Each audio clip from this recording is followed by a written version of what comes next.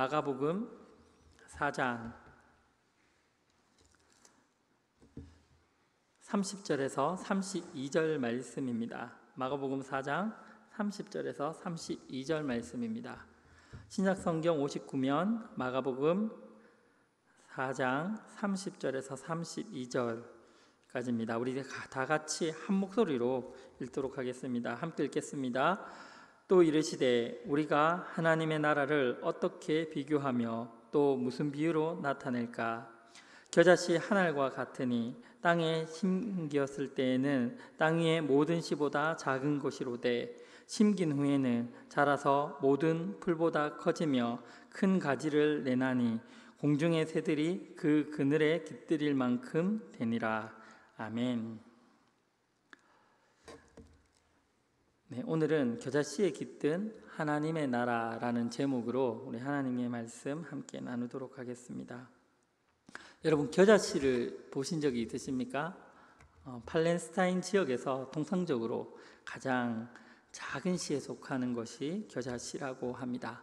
그래서 이스라엘 지역으로 성지 순례를 다녀오신 분들이 간혹 이 겨자씨를 코팅을 해서 책받침으로 혹은 그냥 이렇게 코팅해가지고 선물로 주는 경우가 있는데 저도 여러 번 선물을 받은 적이 있습니다.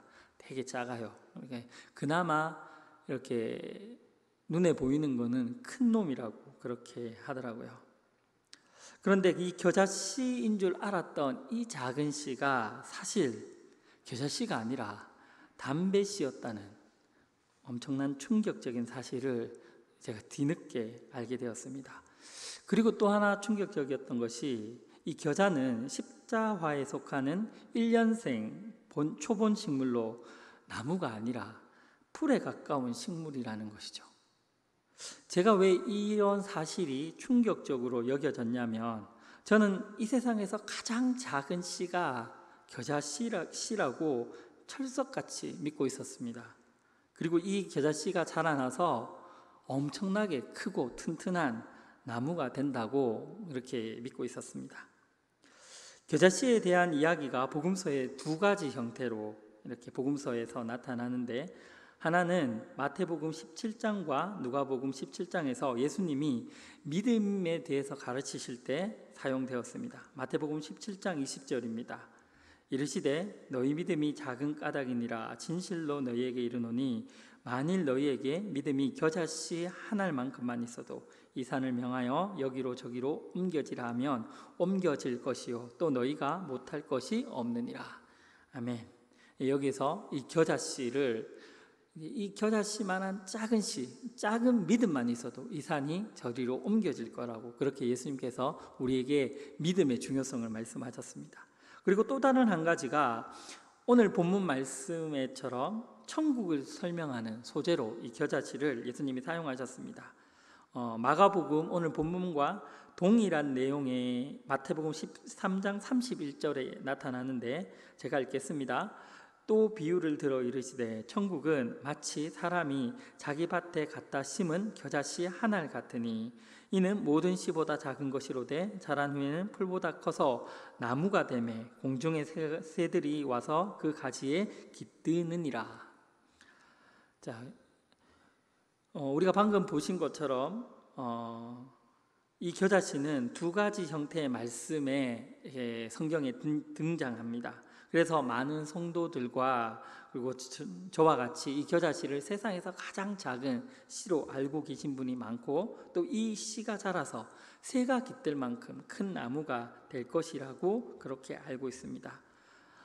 어릴 때부터 그렇게 듣고 또 성경을 그렇게 의심 없이 믿었기 때문에 이런 저의 선입견이 성도들에게도 깊이 이렇게 각인되어 있어서 아마 저와 같이 그런 충격적이지 않았나 모르겠습니다. 하지만 이런 것이 사실 상식적인 면에서의 성경에 대한 오해라고 볼 수 있는데, 이러한 오해들은 우리가 1세기 청중의 눈높이로 접근을 하면 사실 큰 문제가 되지 않습니다.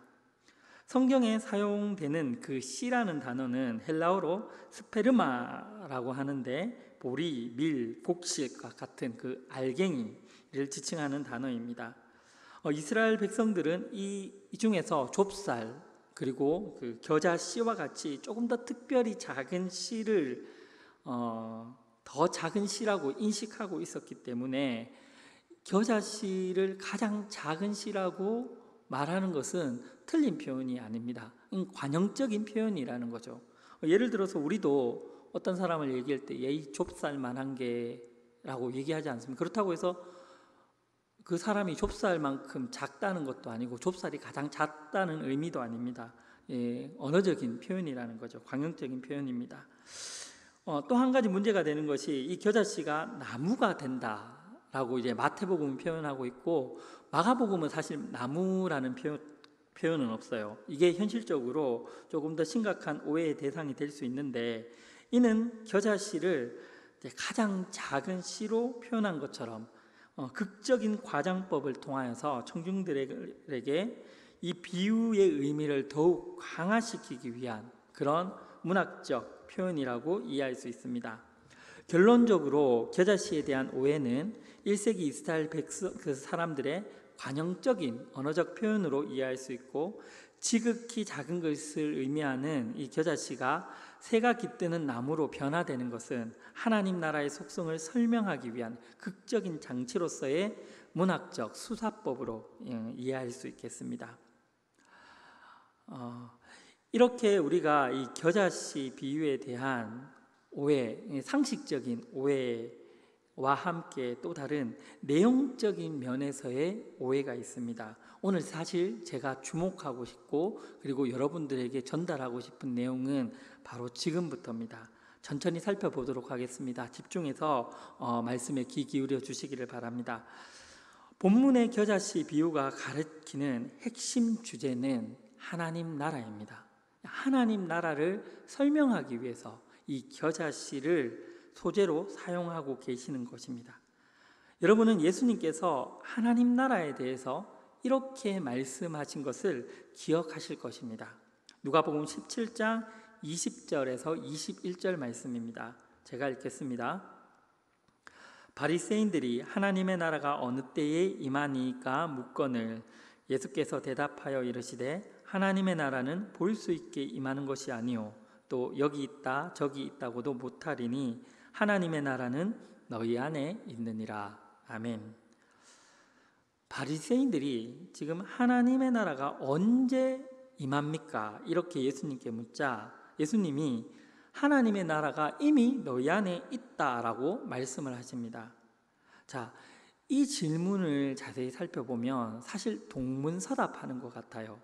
그러니까 왜 그러냐 그러면 분명히 같은 대상에 그러니까 하나님의 나라에 대해서 이야기하고 있는데 바리새인들이 알고 있는 하나님의 나라와 예수님이 말씀하고 있는 하나님의 나라가 조금 다릅니다. 그러니까 바리새인들이 질문하는 하나님 나라는 공간적이고 시간적인 개념에서의 국가적 개념으로서의 나라, 그 나라에 대해서 이야기하고 있습니다. 그런데 예수님은 조금 다른 개념에서 하나님 나라를 설명하고 있는 것이죠. 그래서 서로 지금 뭔가 언밸런스한 그런 대답처럼 보여지는 것입니다. 하나님의 나라를 헬라어로 바실레이아라고 합니다. 한 번쯤은 들어보셨을 것 같은데 여기서 바실레이아라는 말은 통치권 그리고 왕권을 의미합니다.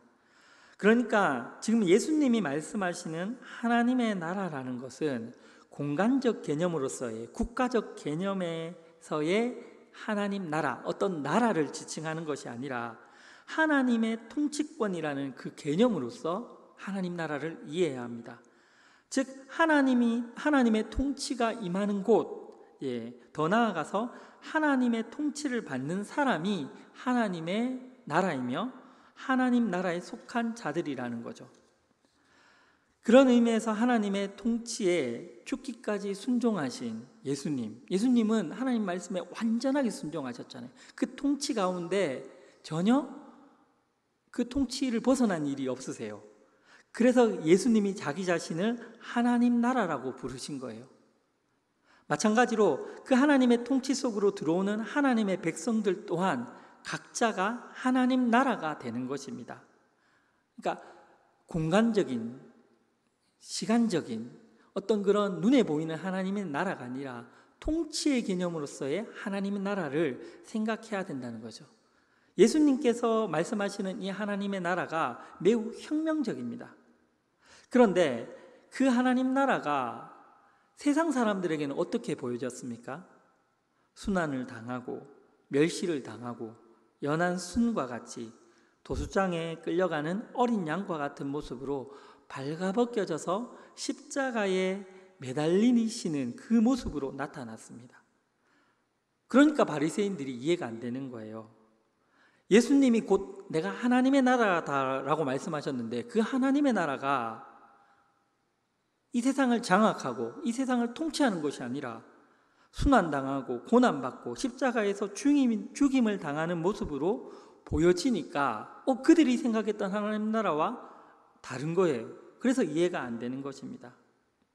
그러면 왜 하나님은 하나님의 나라를 크고 강한 모습이 아니라 이렇게 약하고 무기력한 십자가의 예수님의 모습으로 우리에게 보이셨을까? 이 역시 통치의 개념으로 이해하셔야 됩니다. 계속해서 제가 말씀드리는 게 하나님 나라를 국가, 나라, 시간, 공간의 개념이 아니라 통치의 개념으로 이해하시라고 말씀드리고 있습니다. 하나님의 나라는 하나님의 통치가 실현되는 곳이기 때문에 하나님의 왕대심이 드러나야 합니다. 그래서 죽기까지 순종하신 예수님이 십자가에서 완전한 순종하심으로 하나님의 통치를 보여주신 거죠. 마찬가지로 하나님의 백성이 하나님의 통치권에 완전하게 항복하는 모습으로 하나님 나라가 이 땅에 나타나게 됩니다. 그래서 하나님이 왕으로 통치하시는 하나님 나라의 백성은 겨자치처럼 작고 미약하고 보잘것없는 모습으로 그렇게 통치받는 모습으로 나타나는 것입니다. 반면에 세상의 왕국은 어떠합니까? 하나님의 통치에 순종하지 않아요. 자신이 왕이 되어서 모든 것을 자신의 통치권 아래 두려고 합니다. 하나님께 있어야 할 통치권이 하나님이 아닌 나 자신에게 있는 내가 왕이 되는 것이에요. 그래서 자신의 소원과 비전을 위해서 하나님마저 이용하는 모습으로 때때로 나타나기도 하는 것입니다. 그것이 하나님의 통치 안에 머물기를 거부하는 이 세상에서 자신이 왕이 되어버린 이 세상 왕국의 모습인 것입니다. 이렇게 하나님의 왕국과 하나님 나라 그리고 나의 왕국이 대치하고 있는 거예요.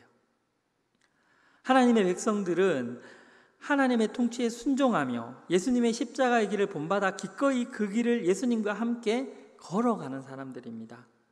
하지만 우리가 알다시피 하나님의 백성 또한 하나님의 통치 안에 온전히 순종하는 것이 여러분 결코 녹록지 않습니다. 왜 그렇습니까? 죄의 영향력 가운데 우리가 육체 가운데 있기 때문에 세상의 가치와 힘의 원리 속에서 자신이 왕이 되어서 하나님을 거부하는 삶을 같이 육체 속에서 그렇게 살아가고 있기 때문입니다. 그게 우리의 현실이라는 거죠. 그래서 하나님의 나라는 내가 왕이 된 그 나라는 자아가 왕이 되어 있는 그 나라에 침략해 들어옵니다. 이거는 제가 하는 말이 아니라 성경이 그렇게 기록하고 있습니다. 마태복음 11장 12절입니다. 마태복음 11장 12절입니다. 우리 스크린에 말씀이 준비되어 있으면 같이 한번 읽어보겠습니다. 마태복음 11장 12절입니다. 준비가 안 된 모양이네요. 제가 읽겠습니다. 세례 요한의 때부터 지금까지 천국은 침노를 당하나니 침노하는 자는 빼앗느니라. 여기서 침노라는 단어를 우리가 조금 주목해서 볼 필요가 있는데 한글 성경에서는 천국이 이렇게 침노를 당하는 것처럼 이렇게 번역되어 있습니다. 근데 여기에서 이 침노하다라는 단어가 헬라어로 비아제타이라는 단어인데 이 단어가 조금 특별해요. 그러니까 수동태의 모습을 가지고 있지만 능동태를 표현하는 헬라어 중간태라고 합니다. 여러분 이게 어려운 말인데 처음 들어보셨죠? 라틴어와 헬라어에만 있는 문법이고, 그래서 한글 번역과 영어 번역에서는 이 의미를 제대로 담아내질 못해요. 모양은 수동태인데 의미는 능동태라는 거죠. 그래서 이 문장을 정확하게 번역을 하면 세례 요한 때부터 천국이 세상 나라를 침노하여 빼앗았다라는 뜻입니다. 천국이 침노를 당했다라는 것이 아니라 천국이 세상 나라를 침노하여 빼앗는다. 그리고 천국이 빼앗은 것은 그것은 천국의 것이 된다. 이런 뜻입니다. 그러면 침노라는 말은 강제력과 폭력을 가하여서 빼앗음을 의미합니다. 침략하는 것이죠. 이 단어는 나라와 나라 사이에 사용되는 전쟁 용어입니다. 즉 하나님의 나라가 이 세상 나라, 즉 내가 왕이 되어 있는 나라는 나라를 강제적으로 침략해 들어와서 잠식한다라는 뜻입니다. 그래서 나라는 존재가 하나님의 나라에 의해서 이렇게 침략을 당하는 것이죠. 천국이 나를 잠식하기 위해서 침노해 들어오는 것입니다. 그렇게 나라는 존재가 하나님의 나라의 침노를 받게 되면 나라는 자아가 왕이었던 육신의 나라가 하나님의 나라에 의해서 왕의 자리를 빼앗기고 쫓겨나게 되어서 그 왕자에 하나님에 앉게 되는 것입니다. 그래서 나라는 왕국은 없어지고 하나님만이 왕이 되시는 하나님의 나라가 내 안에 이루어지게 되는 것입니다. 여러분, 천국이 이미 임하였다고 말씀했죠. 그렇다면 그 천국은 어떤 식으로 임하게 됩니까? 천국을 누리는 삶이라는 것이 어떤 것입니까? 여기에 많은 오해가 있습니다. 세상 사람들은 예수 믿어서 복 받고 좋은 대학 들어가고 좋은 직장, 좋은 배우자를 만나는 것이 천국을 누리는 것이고 천국의 복을 받는 것이다라고 생각을 합니다. 그래야 하나님께 복 받은 사람이고 천국 같은 삶을 사는 삶이라고 생각을 하는 거예요. 그런데 여러분, 천국이 임한다는 것은 오히려 반대일 수도 있습니다. 즉 세상의 원리에 의해서 살아가던 내가 조금씩 나를 침공해서 들어오는 천국에 의해서 나라는 존재가 왕의 자리에서 쫓겨나고 그곳에 하나님의 통치가 임하여서 하나님만이 나의 왕이 되는 상태, 그것이 하나님 나라가 내게 임하는 방식이라는 것입니다. 그러니까 내가 주인된 삶에서 하나님이 왕이 되시고 주인이 되셔서 나를 완전히 장악하고 통치하는 삶으로 바뀌어지는 삶, 그것을 깨달아가는 그 삶이 바로 천국이 임하는 것이고 천국을 경험하는 삶입니다. 금은 모아 번쩍번쩍거리는 그거 누리는 게 아니라는 거죠.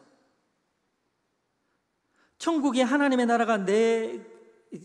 나라가 내가 왕이 되어 있는 나라의 침공에 들어와서 나를 꽁꽁 묶어버리고 하나님의 통치가 나를 완전하게 장악하게 되는 것, 그것이 천국이 우리에게 임하는 모습입니다. 우리가 천국을 선택하는 것이 아니라 천국이 나를 뚫고 들어와서 나를 장악해버리는 것이죠. 천국의 주도권이 하나님께 있다는 것입니다. 내가 천국을 선택하는 게 아닙니다. 여러분, 제가 이때 계속해서 반복적인 말씀을 드렸는데 여러분, 전쟁 같지 않습니까? 그래서 바울은 내 안에서 끊임없이 공고한 자다, 내 안에 이 두 가지가 서로 싸우고 있다고 그렇게 고백하였습니다. 아직도 벌떡이는 나의 자아가 예수 그리스도에 의해서 장악되는 것이 결코 순조롭지만은 않을 것입니다. 하지만 이러한 과정, 천국이 침노해 오므로 내가 부인되어지고 내 자아가 죽게 되어지는 그 과정이 힘들고 어렵고 뼈를 깎는 아픔은 있겠지만, 하지만 궁극적으로 그러한 과정 속에서 우리는 참된 그 천국의 기쁨과 하나님의 왕되심을 누릴 수 있게 되는 것입니다. 그렇게 천국은 이 세상 나라와 결탁하고 있는, 내가 왕이 되어 있는, 나라는 왕이 주인 되어버린 그 나라에서 하나님의 나라가 침공에 들어오므로 내 나라는 박살나고 하나님의 나라가 흥왕하여지는 것, 그것이 하나님의 나라가 내게 임하는 것입니다. 그렇게 두 나라가 내 안에서 전쟁을 하고 있는 것입니다. 여러분, 하나님의 나라가 저와 여러분들에게 이미 임하였음을 믿으십니까? 어느 나라가 이기겠습니까? 반드시 하나님의 나라가 이길 것입니다. 그러니까 버티면 오히려 손해입니다. 말씀을 정리하겠습니다. 하나님의 나라가 어떻게 임하고 우리를 잠식하는지에 대해서 말씀을 드렸습니다. 그 개념을 가지고 오늘 본문 말씀인 겨자씨 비유를 다시 한번 천천히 읽어보도록 하겠습니다. 마가복음 4장 30절에서 32절입니다. 우리가 처음 말씀 시작하기 전에 이 본문의 말씀을 읽었던 그 개념과 통치의 개념을 가지고 다시 한번 더 하나님의 나라가 어떻게 임하는지에 대해서 다시 한번 생각하면서 이 말씀 한자 한자를 또박또박 한번 읽어보도록 하겠습니다. 같이 읽겠습니다. 또 이르시되 우리가 하나님의 나라를 어떻게 비교하며 또 무슨 비유로 나타낼까? 겨자씨 한 알과 같으니 땅에 심길 때는 땅 위의 모든 씨보다 작은 것이로되 심긴 후에는 자라서 모든 풀보다 커지며 큰 가지를 내나니 공중의 새들이 그 그늘에 깃들일 만큼 되느니라. 아멘. 우리는 흔히 이 비유를 천국은 이 세상 속에서 겨자씨로 출발하여서 새들이 깃드는 커다란 나무로 성장하고 부흥되는 것이라고 이해하고 있습니다. 그래서 비록 그 시작은 겨자씨와 같이 미약하지만 훗날 큰 날모와 같이 많은 사람들이 모이고 물질적으로 풍족해지는 것이 교회의 축복이라고 이해합니다. 물론 그런 의미도 전혀 없지는 않습니다. 맞습니다. 하지만 조금 더 우리가 앞서 살펴보았던 것과 같이 통치의 개념으로서 하나님의 나라를 다시 한 번 더 생각한다면 하나님의 나라가 겨자씨처럼 미약하게 보이지만 나를 침노하고 침식하여 큰 나무와 같이 완전한 하나님의 나라로 만든다라는 것이 이 비유가 정말 말씀하고 싶은 핵심이라고 생각합니다. 그러므로 하나님의 나라는 우리를 침노에 들어와 우리를 부인시키고 해체시키며 결국은 우리를 나라는 세상에서 탈출시켜 하나님의 통치 안에 머물도록 하게 합니다. 그게 천국을 사는 사람들의 삶입니다. 나라는 자아가 왕의 자리에 끌려서 내려지는 것이 때로는 불편하고 거부감이 들기도 하지만 그런 삶이 이 땅에서의 천국을 사는 사람의 삶인 것입니다. 오늘 우리가 함께 읽은 이 겨자씨 비유는 바로 그 이야기를 하고 있습니다. 겨자씨와 같은 하나님의 나라가 나에게 심겨져서 자라나면서 나의 꿈, 나의 소망 그런 것들이 커다란 나무로 열매 맺는 것이 아니라 오히려 겨자씨와 같은 하나님의 나라에 의해 내 삶의 주인 되었고 왕 되었던 나라는 자아가 왕의 자리에서 내려와서 내 안에 오롯이 하나님만이 왕이 되고 주인이 되어 하나님의 통치권에 온전한 순종으로 성숙되어지는 삶, 그 삶이 천국의 삶이며 하나님의 나라가 임한 천국 시민의 모습입니다. 그러므로 성도는 결코 하나님을 이용하여 나의 것을 충족하는 존재가 아닙니다. 오히려 성도는 그리고 교회는 나의 것을 비우어내고 나를 부인하고 나를 더 낮은 곳으로 내려가게 하며 기꺼이 연약한 자리로 우리가 머물 수 있어야 합니다. 그리고 그렇게 내가 비워진 곳에 그 빈 공간에 하나님이 주인이 되시고 왕이 되셔서 그 왕의 통치에 온전한 순종함으로 반응하는 것이 우리의 삶인 것입니다. 거기까지 가야 하고 우리가 하나님의 백성이 맞다면 하나님은 반드시 우리를 거기까지 인도하실 것입니다. 그런데 여러분 그거 아십니까? 그 자리가 그렇게 하는 것이 고단하고 힘들겠지만 그러나 그 자리가 진정한 기쁨과 평안과 참된 만족과 행복의 자리라는 것, 하나님의 통치 가운데 있을 때 가장 큰 기쁨을 누릴 수 있고 그 가운데 하나님과 교제하며 하나님과 함께 그 하나님의 임재 안에서 우리가 뛰어놀 수 있는 것입니다. 그런 저와 여러분 되시기를 주님의 이름으로 축복합니다. 우리 찬양하고 함께 몇 가지 기도 제목 가지고 기도하도록 하겠습니다.